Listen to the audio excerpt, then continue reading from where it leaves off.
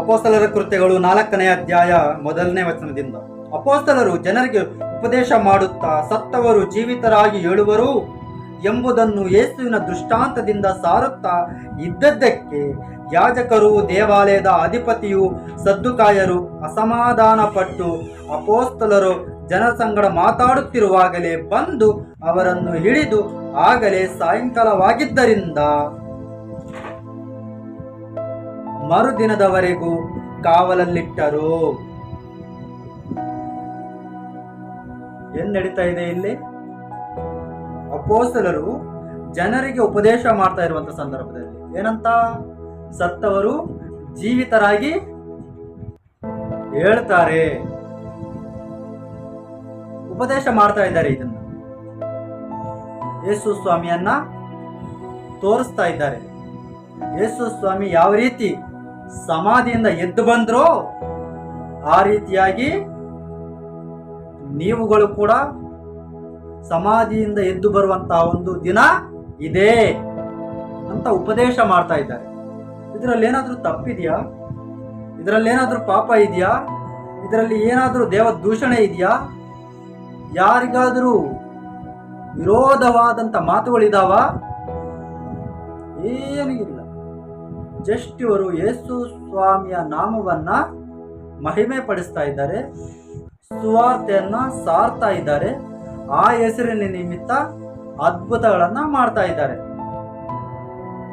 ಇಷ್ಟು ಮಾತ್ರಕ್ಕೆ ಅಲ್ಲಿದ್ದಂತಹ ಯಾಜಕರು, ಆ ದೇವಾಲಯದ ಅಧಿಪತಿ ಮತ್ತು ಸದ್ದುಕಾಯರು ಇವರೆಲ್ಲರೂ ಬಂದು ಇವರನ್ನ ಹಿಡಿಕೊಂಡು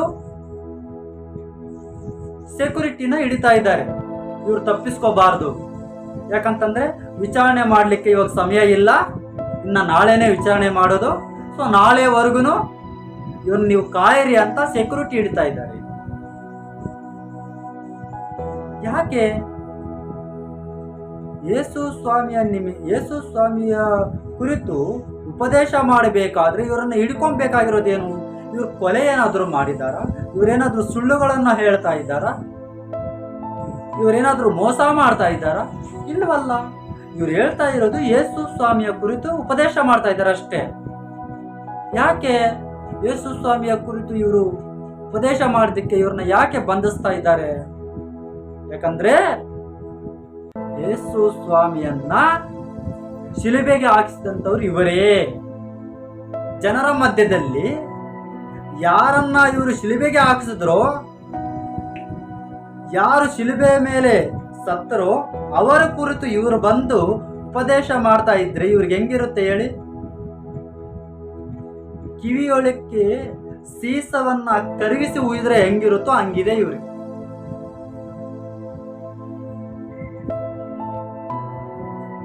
ಅರ್ಥ ಆಗ್ತಾ ಇದೆಯಾ? ನೋಡಿ.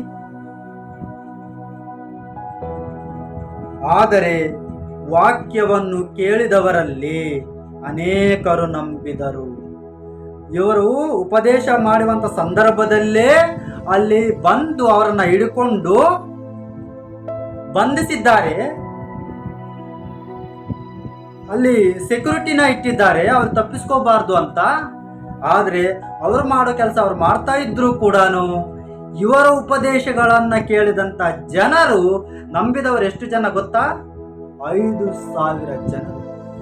ಅವತ್ತಿನ ದಿನದಲ್ಲಿ ಈ ಉಪದೇಶವನ್ನ ಕೇಳಿ ನಂಬಿದವರು 5,000. ಬರೀ ಗಂಡಸರ ಲೆಕ್ಕ ಇದು. ನಾ ಹೆಂಗಸರಾದ್ರೆ ಲೆಕ್ಕನೇ ಇಲ್ಲ. ಅರ್ಥ ಆಗ್ತಾ ಇದೆಯಾ? ಹೆಂಗಸರಾದ್ರೆ ಇನ್ನು ಲೆಕ್ಕನೇ ಇಲ್ಲ. ಅದಕ್ಕೆ ಲೆಕ್ಕ ಹಾಕೊಳ್ಳಿ. ನೆಹಮ್ಯ ಸರಿ ನೋಡಿ. ಮರುದಿನ ಯೆಹೂದ್ಯರು, ಅಧಿಕಾರಿಗಳು, ಹಿರಿಯರು, ಶಾಸ್ತ್ರಿಗಳು ಯೆರೂಸಲೇಮಿನಲ್ಲಿ ಕೂಡಿ ಬಂದರು. ಅನ್ನನೆಂಬ ಮಹಾಯಾಜಕನು, ಕಾಯಫನು, ಯೋಹಾನನು, ಅಲೆಕ್ಸಾಂದ್ರನು, ಮಹಾಯಾಜಕನು, ಸಂಬಂಧಿಗಳೆಲ್ಲರೂ ಇದ್ದರು. ಯಾವಾಗ ಅವರನ್ನು ಹಿಡ್ಕೊಂಡಿರುವಂತ ಸಂದರ್ಭದಲ್ಲಿ, ವಿಚಾರಣೆ ಮಾಡುವಂತ ಸಂದರ್ಭದಲ್ಲಿ ಇವರೆಲ್ಲರೂ ಇದ್ದರು. ಈಗ ವಿಚಾರಣೆ ಮಾಡಲಿಕ್ಕೆ ಅಲ್ಲಿಗೆ ಬಂದಂತವ್ರು ಯಾರ್ಯಾರು? ಯೆಹೂದ್ಯರ ಅಧಿಕಾರಿಗಳು, ಹಿರಿಯರು, ಹಿರಿಯರು ಶಾಸ್ತ್ರಿಗಳು ಯೆರೂಸಲೇಮಿನಲ್ಲಿ ಕೂಡಿ ಬಂದರು. ಅನ್ನನೆಂಬ ಮಹಾಯಾಜಕನು, ಕಾಯಿಫನು, ಯೋಹಾನನು, ಅಲೆಕ್ಸಾಂದ್ರನು, ಮಹಾಯಾಜಕನ ಸಂಬಂಧಿಗಳೆಲ್ಲರೂ ಇದ್ದರು. ಇವರು ಪೇತ್ರ ಯೋಹಾನರನ್ನು ನಡುವೆ ನಿಲ್ಲಿಸಿ ಇವರ ಮಧ್ಯದಲ್ಲಿ ಇವರಿಬ್ಬರನ್ನ ನಿಲ್ಲಿಸಿ, ನೀವೆಂಥ ಶಕ್ತಿಯಿಂದ ಇಲ್ಲವೇ ಎಂಥ ಹೆಸರಿನಿಂದ ಇದನ್ನು ಮಾಡಿದಿರಿ? ಏನ್ ಮಾಡಿದ್ದಾರೆ? ಹುಟ್ಟು ಕುಂಟನಿಗೆ ಕಾಲು ಬಂದಿದೆ. ಯಾವ ರೀತಿ ಮಾಡಿದ್ರಿ? ಯಾವ ಶಕ್ತಿಯಿಂದ ಮಾಡಿದ್ರಿ? ಮಾಡಿರೋದನ್ನ ನೋಡಿ, ಇವರ ಮಧ್ಯದಲ್ಲಿ ನಡೆದಂತ ಅದ್ಭುತವನ್ನ ನೋಡಿ ಆಶ್ಚರ್ಯಕ್ಕೆ ಒಳಗಾಗಬೇಕೆ ಹೊರತು ಯಾಕೆ ಮಾಡಿದ್ದು ಅನ್ನುವ ರೀತಿಯಲ್ಲಿ ಅವರಿಗೆ ವಿಚಾರಣೆ ಮಾಡ್ತಾ ಇದ್ದಾರೆ. ಅವರೇನೋ ತಪ್ಪು ಮಾಡ್ದಂಗೆ, ಅವರೇನೋ ದೇವ ದೂಷಣೆ ಮಾಡಿದ ಹಾಗೆ, ಅವರೇನೋ ಕೊಲೆ ಮಾಡಿದವರ ಹಾಗೆ, ನರಹತ್ಯೆ ಮಾಡಿದವರ ಹಾಗೆ, ಅಥವಾ ತಂದೆ ತಾಯಿಗಳನ್ನ ನಿಂದಿಸಿದವರ ಹಾಗೆ, ಅವರನ್ನ ಯಾವ ರೀತಿ ಶಿಕ್ಷೆಗೆ ಒಳಪಡಿಸ್ತಾರೋ ಹಾಗೆ ಇವರನ್ನು ಕೂಡ ಅವರ ಮಧ್ಯದಲ್ಲಿ ನಿಲ್ಲಿಸಿ ವಿಚಾರಣೆ ಮಾಡ್ತಾ ಇದ್ದಾರೆ. ನೀವು ಯಾವ ಶಕ್ತಿಯಿಂದ ಮಾಡಿದ್ರಿ, ಇಲ್ಲ ಯಾವ ಹೆಸರಿನಿಂದ ಮಾಡಿದ್ರಿ ಅಂತ. ಅರ್ಥ ಆಗ್ತಾ ಇದೆ ನಿಮ್ಗೆ?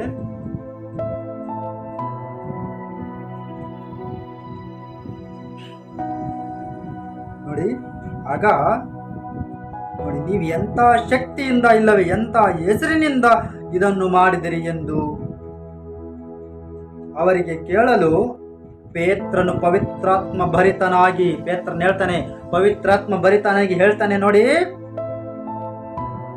ಜನರ ಅಧಿಕಾರಿಗಳೇ, ಹಿರಿಯರೇ, ಒಬ್ಬ ಅಂಗವೀನನಿಗೆ ಆದ ಉಪಕಾರದ ವಿಷಯದಲ್ಲಿ ಅವನಿಗೆ ಯಾತರಿಂದ ನೆಟ್ಟಗಾಯಿತು ಎಂಬುದಾಗಿ ನಮ್ಮನ್ನು ಇವತ್ತು ವಿಚಾರಣೆ ಮಾಡುವುದಾದರೆ, ನಿಮ್ಮೆಲ್ಲರಿಗೂ, ಇಸ್ರಾಯೇಲ್ ಜನರೆಲ್ಲರಿಗೂ ತಿಳಿಯಬೇಕಾದದ್ದೇನೆಂದರೆ, ನೀವು ಶಿಲುಬೆಗೆ